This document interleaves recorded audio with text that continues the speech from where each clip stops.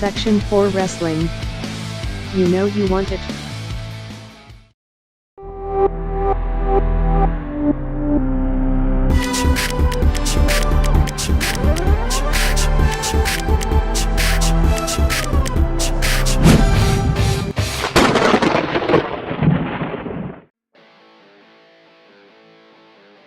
Hey y'all, Steff Tanner back again with another predictions battle. Now, if you saw the last predictions battle, you would have seen me take on Metal Geek. You can find Metal Geek on YouTube, TikTok, Twitter, Instagram. He's everywhere. However, he was not available when we were going to debut the new predictions battle championship. Now, we're not going to show you that tonight either. That's going to come up later on in the month. However, he did beat me, but we are going to rule it out from the record books. However, I've been searching high and low. I've been on all social media platforms to try and find someone who is willing to take me on for the Section 4 Predictions Championship. And I found someone in the 11th hour. He got back to me and said, "That's cool, man. Everything is bigger in Texas." Now, our next host is bigger, badder, and better than any Texan going. Ladies and gentlemen, I introduce you to the Section 4 Coliseum of Prediction. Everybody, I'm Drost Beef. You're talking to the wrestling t-shirt wearing, championship ring wearing, deal stealing, toy dealing, hot wheel riding, dragonfly flying son of a gun. And I'm having a hard time keeping these credit card bills down. Welcome to Section 4 Wrestling. I'm that uncultured heathen. It's your boy Beef for Money in the Bank. Yeah, boy. It's all about that money. Money, So, money, first of all, money. money. Josh, it's great to have you on the show, challenging me for the Section 4 Predictions Championship. Thank you for the invite, man. I'm always up for a challenge. Something new, always willing to meet new people. And let's get in there and let's get it on. Excellent. Let's battle. Now, the rules for confidence points are very simple. For those of you that are watching at home, there's going to be a little display on the screen right now just to explain to you how the confidence points work. And the rules are as follows. Confidence points will be placed on each match. In this instance, there are 5 matches, so therefore there are a total of 5 confidence points to be placed on just one match. The match you're least confident about will only receive 1 confident point. Now, in the event of any match being a tie or a disqualification or a count out, the points placed on that match will automatically be lost. Okay, Drost Beef. Got you. Are you ready? I'm ready. Let's do this then. And our first match is for the Intercontinental Championship, as Sami Zayn takes on Bron Breakker. So then, Beef, what do you think to this? Man, I'm going all in on this one. If Bron Breakker doesn't win, I don't know what the WWE is doing. I don't really even think that Sami Zayn should have beat Gunther, but I know they wanted to get it off of him, maybe have him challenge for a world title later, I guess. But I'm all in on Bron Breakker. Sami Zayn doesn't need a title. He's a good enough worker and can get over with the crowd. But it's time for Bron Breakker to elevate, so I'm all in. 5 points, Bron Breakker. Wow, 5 points on Bron Breakker. I do think there might be one slight disadvantage to Bron Breakker. He's been on a hell of a run ever since he first debuted on NXT 2.0. But there's one man that has his back doesn't have his back at the moment. He needs to watch his back. Sheamus. Sheamus has been attacking Bron Breakker. I don't see Sami Zayn losing the title just yet. So I'm going to go with Sami Zayn for confidence points. Okay. Our next match is for the women's Money in the Bank. We have Io Sky, Lia Valkyria, Naomi, Tiffany Stratton, Zoe Stark, and Chelsea Green. All right, you want me to start this one off, or you got it? I'll take this one. Straight in there, I'm going for Tiffany Stratton with 3 confidence points. I do think it's Tiffy time. At some point, she's going to, at some point within the next 12 months, she will win this title. Next year, we've got SummerSlam in Minnesota, and she's from Minnesota. So, yeah, she's going to have the title by then. And I don't see a good argument to be made about any of the other 5 women. I got you. I mean, I could only see maybe 2 or 3 in here that they would really put it on. And I wouldn't mind seeing Tiffany Stratton. That would actually be my choice. But who I'm picking and who I think they're going to go with, I'm only going 1 confidence point because I ain't that sure of myself. But I just got this feeling it's going to be Chelsea Green.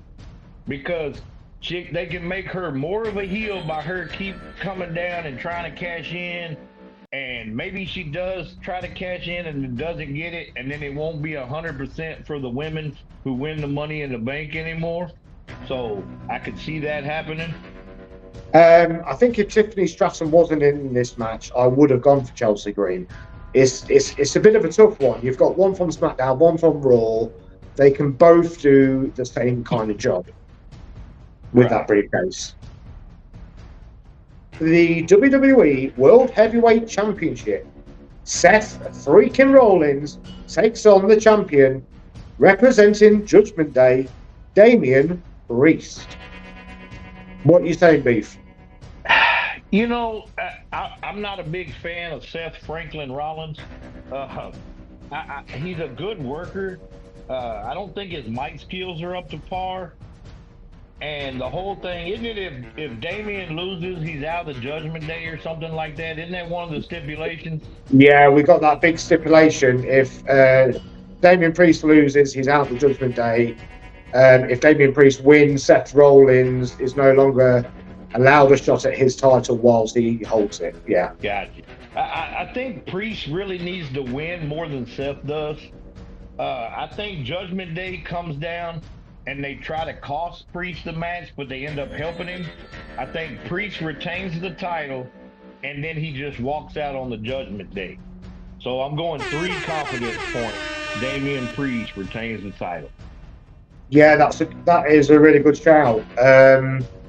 Seth Rollins, I think he needed his rematch at some point, so why not do it now, get it out of the way, because after all, I think we are building to bigger things with Drew McIntyre, CM Punk surrounding this title. So I'm also going to go for Damian Priest, and I'm going to go all out 5 confidence points. Ooh, well, that's good though. I almost went there, but I don't know. Braun Breaker needs that title, man. But I just think it's the most easiest answer to give out of any of the matches, and Damian Priest to retain is a safe bet. Yeah. Our next match, Cody Rhodes, Randy Orton, and Kevin Owens take on the Bloodline. Now we're still unsure who's going to be representing the Bloodline. After all, let's be honest, their family is known for their DUIs. So I don't know if any of these people are going to be allowed in Canada. Big benefactor of this match is Jacob Fatu. If he's allowed across the Canadian border, they're guaranteed to win. The Bloodline will win this match. However, Cody Rhodes and his team might be the safer option, because by looking at this card, I think we're going to have a few heels win. So I think it makes sense for that to happen. But I'm just praying that Jacob Fatu will have his debut match on the roster in this match and cause the Bloodline to get the win for 2 confidence points. Okay, I didn't think you was gonna go with the bloodline. I thought you was gonna take Cody in them, but Little we're going swerve to at the end there. we're gonna go the same way. I'm going bloodline because I think Solo actually pins Cody somehow. I think somebody else will come interfere. It might be another family member. Something happens. Solo gets the win, and then Solo challenges Cody after that. So I'm going 4 confidence points for the bloodline. Wow, wow. Yeah, I like your prediction there. I think if Solo was to get the win, the pin over Cody, like you say, he's setting up a match potentially at SummerSlam. Exactly. Over the course of the next couple of years, now I've had a chat with people on this on my TikTok lives, and the consensus is we're leading to Cody versus The Rock. The Rock then takes on Roman Reigns. And I think this new formation of the bloodline needs to congeal into the title picture at some point. I agree. And I'll get more into that when we get to this next one. So The men's Money in the Bank briefcase. Jey Uso takes on LA Knight and Andrade, Drew McIntyre, Chad Gable, and Carmelo Hayes. now, this one here, to me, there's only 3 people that could win this, right? Well, 4, just because I heard maybe Gable signed a contract where he has to win a title within the next year or 2 or something, but I still don't see that happening. Andrade is not getting it. Carmelo Hayes is too new to get it. I was really leaning on LA Knight, but over the last week or 2, I've kind of cooled off on the whole LA Knight thing. I know a lot of people think Drew, but I think CM Punk screws Drew again. So even though I hate to do it because I'm not a Yeet fan, I got to go with the Yeet master, Jey Uso, to win this match with 2 confidence points. He wins Money in the Bank. And then this all leads to what I said. Solo ends up fighting Cody, wins the title, and you could do this a couple different ways. You could have Jey Uso cash in to fight Solo, or even better, Roman comes back as the babyface, and Jey Uso says, "I acknowledge you," and hands him the case, and he turns it in. Jeez, that is some good too booking. far out there, but I don't know.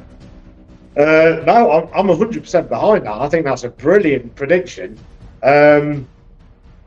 Yeah, I was going to go for Yeet, but now I'm sliding more towards LA Knight. Yeah. The possibilities are endless. LA Knight should have won it this time last year. Let's not forget. Maybe there's an argument to be said that he shouldn't win it now because he should have won it last year. But then Cody Rhodes didn't win it at WrestleMania last year, but he won it this year. So I haven't really got much of an argument to make. Like you say, Drew McIntyre, CM Punk could get involved, cost him the chance. But then, again, Drew McIntyre could win the briefcase, win the title with the help of CM Punk. With the help. Because now CM Punk wants Drew McIntyre and the World Heavyweight Championship. But no, I'm not even going to talk about Andrade. Chad Gable, maybe cash in on Sami Zayn for the Inter title. But no, I'm going to stick with LA Knight for 1 confidence point. Yeah, and I wouldn't be against that. I mean, I think LA Knight, I think they kind of let him cool off a little too much. They should have pushed him, like you said, last year. So I mean, I just listen to the crowd, man, and the Jey Uso stuff is over. I don't get it because I don't think he's as great on his own, but the crowd is loving him right now. It reminds me back, what, a few years ago, 3, 4 years ago with Kobe Kingston or whatever, when he Yeah. had that real big push and all the fans got behind him, but I don't see it lasting, so we'll see. Yeah, it's a hard call to make. I thought that Jey Uso might have won the World Heavyweight title a little while ago when Seth Rollins was holding it. I think everybody was on the edge of the seats. That episode of Raw, the main event, where he almost did the job. But I always see Jey Uso as a tag team guy. Maybe he can reach the mid-card title, but I think they're probably going to want to keep him away from it. And also, LA Knight did say that if he won the briefcase, he'll cash in on Logan Paul, which makes sense. It'd be nice to have a pre-announcement to a cash-in, but who knows? Man, we can sit here and talk wrestling all day, man. Yeah, I know, man. And hopefully at some point we will get that chance to speak a bit more about the business side of things instead of just predictions.